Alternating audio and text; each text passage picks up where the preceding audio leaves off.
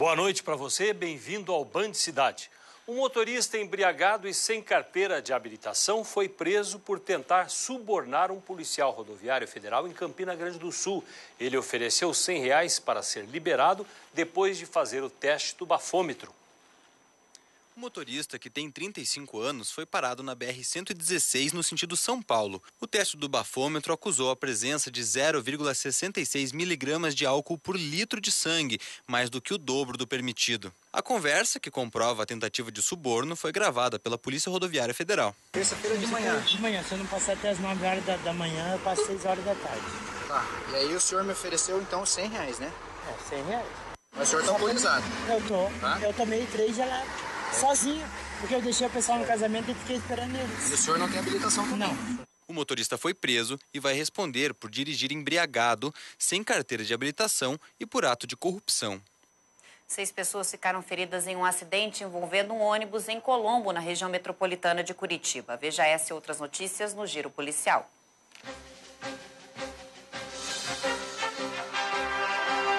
Na cidade industrial de Curitiba, PMs encontraram 6 quilos de maconha escondidos dentro de uma geladeira. A droga estava na casa de José Miltos Pinheiro, de 33 anos, que vai responder por tráfico de drogas. Um adolescente que estava aprendendo a dirigir invadiu uma casa no Cajuru e fugiu. O motorista subiu na calçada e derrubou o muro. De acordo com os donos da residência, ele disse que pagaria o conserto, mas foi embora e não voltou mais. 6 pessoas ficaram feridas em acidente envolvendo 2 carros e 2 ônibus. A batida foi no Jardim Campo Alto, em Colombo, região metropolitana de Curitiba. 2 vítimas estão internadas no Hospital Cajuru em estado grave. Policiais da Delegacia de Furtos e Roubos apreenderam 12 pedras de crack e recuperaram um tablet roubado com 2 suspeitos na rua Riachuelo, no centro. O eletrônico foi levado de uma loja na rua Barão do Rio Branco e recuperado com um homem de 37 anos. Ele alegou que comprou de outro homem que foi encontrado perto do local e preso também com a droga. 3 traficantes foram presos em Pinhais, na região metropolitana, com 2 quilos de crack e cocaína. Entre os presos estão uma jovem de 18 anos e um rapaz de 19. Eles guardavam a droga em troca do pagamento do aluguel da casa pela chefe da quadrilha. Terminou com 180 pessoas presas uma operação coordenada pela Polícia Militar do Paraná. Quase 5.000 policiais e fiscais participaram da ação, com foco na apreensão de armas ilegais, drogas e prisão de foragidos da Justiça. 330 pontos de estradas e ruas de várias partes do Paraná foram bloqueadas para fiscalização.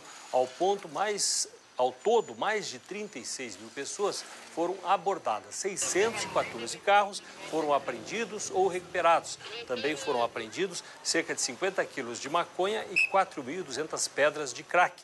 30 armas foram recolhidas, além de munição. A operação começou na última quinta-feira e durou 42 horas. Deputados estaduais correm contra o tempo para aprovar todos os projetos importantes antes do recesso de fim de ano. A última semana de sessões começou com a pauta cheia e assuntos polêmicos em discussão na Assembleia Legislativa.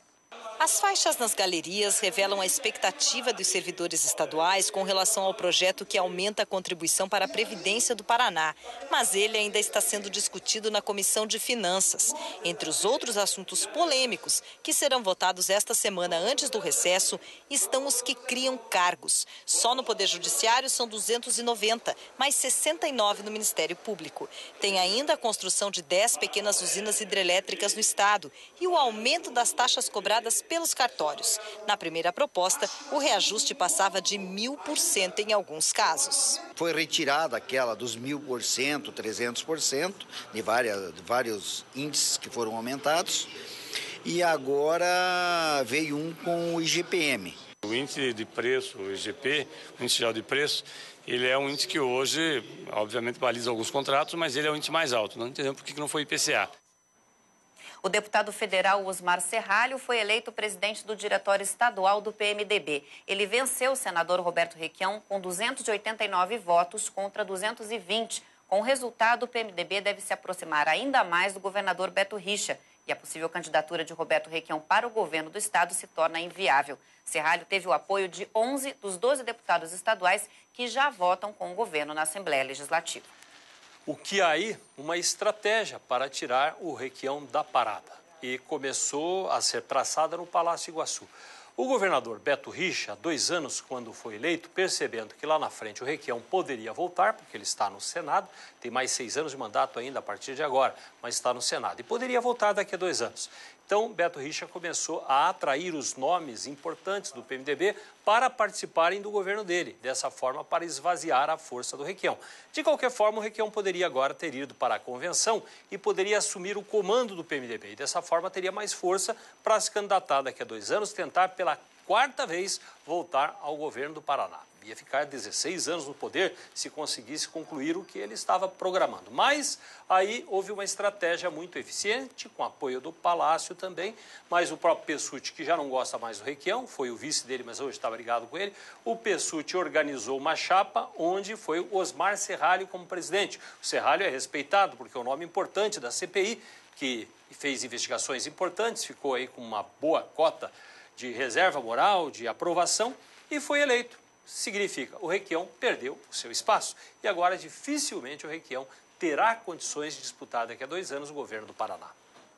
E depois de 5 meses foi concluída a obra na rua Fagundes Varela, no Bacaxeri. A reforma provocou queda de 40% no movimento do comércio. Foram 6 meses de obras para deixar a rua assim, completamente nova. A cada etapa, uma quadra era interditada para que causasse menos transtorno aos moradores e principalmente aos comerciantes do local, mesmo que isso fosse praticamente impossível. É difícil, né? Porque você restringe os acessos principais que tem no Bacaxeri e tem o Bairro Alto. Então, o nosso movimento aqui vem desses lugares, né?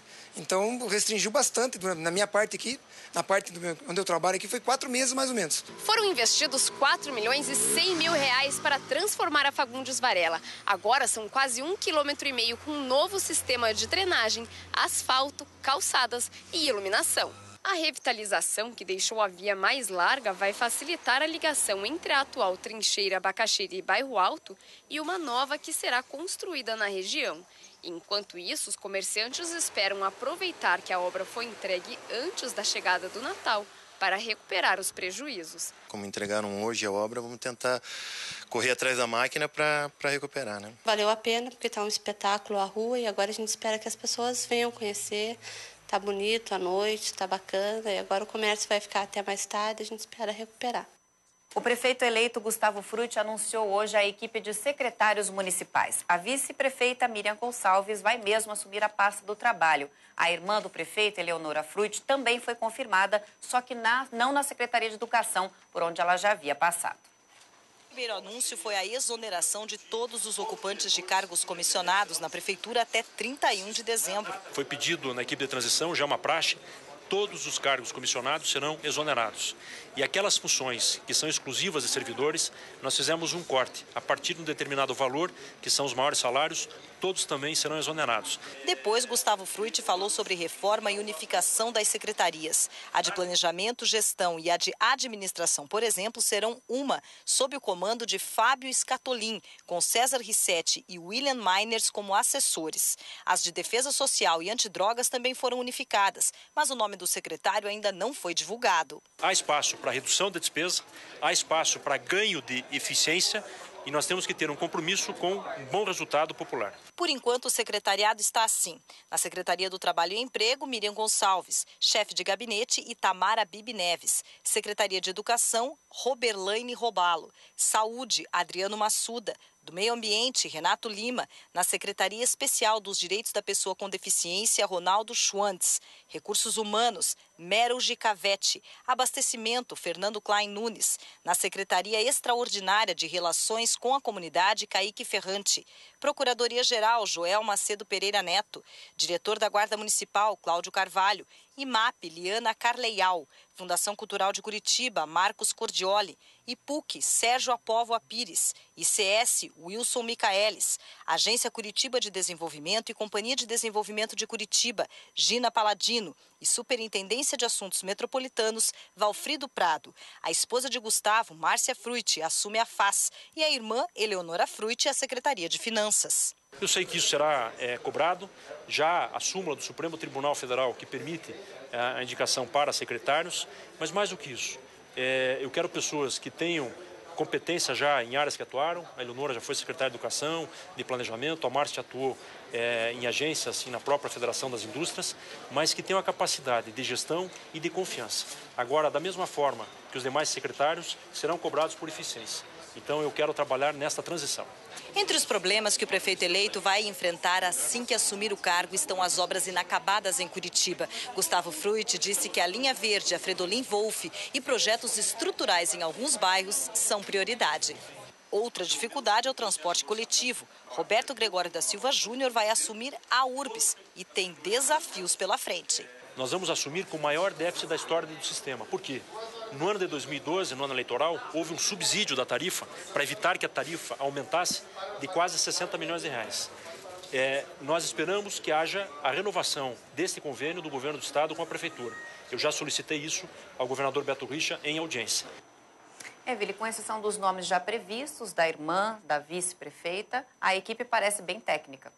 É verdade. Surpreende porque geralmente você vê os mesmos, os velhos políticos de sempre. Até aqui eles não apareceram, tomara que não apareçam, porque ainda tem 14 cargos para completar. Sempre pode aparecer aquele pessoal, aquelas raposas disfarçadas que aparecem aí daqui a pouco. Mas até aqui é uma boa equipe. É um pessoal de formação, pessoal de universidade, com conhecimento diferente do convencional. Porque o problema do político é que ele só faz política.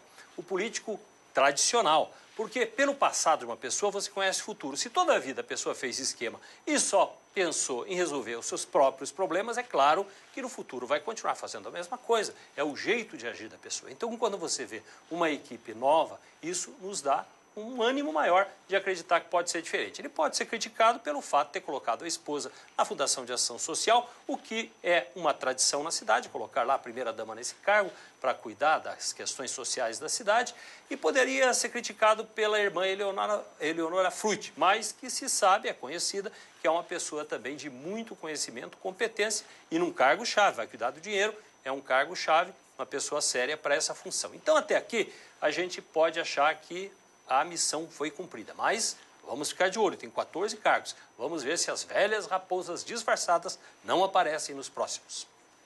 E amanhã vão ser diplomados o prefeito Gustavo Frutti, a vice Miriam Gonçalves e os 38 vereadores eleitos em Curitiba. A cerimônia conduzida pela primeira zona eleitoral está marcada para as 3 horas da tarde no grande auditório do Teatro Positivo. A diplomação confirma o resultado das eleições e abre um prazo de 15 dias para impugnações de mandato em casos de abuso de poder econômico, corrupção ou fraude eleitoral.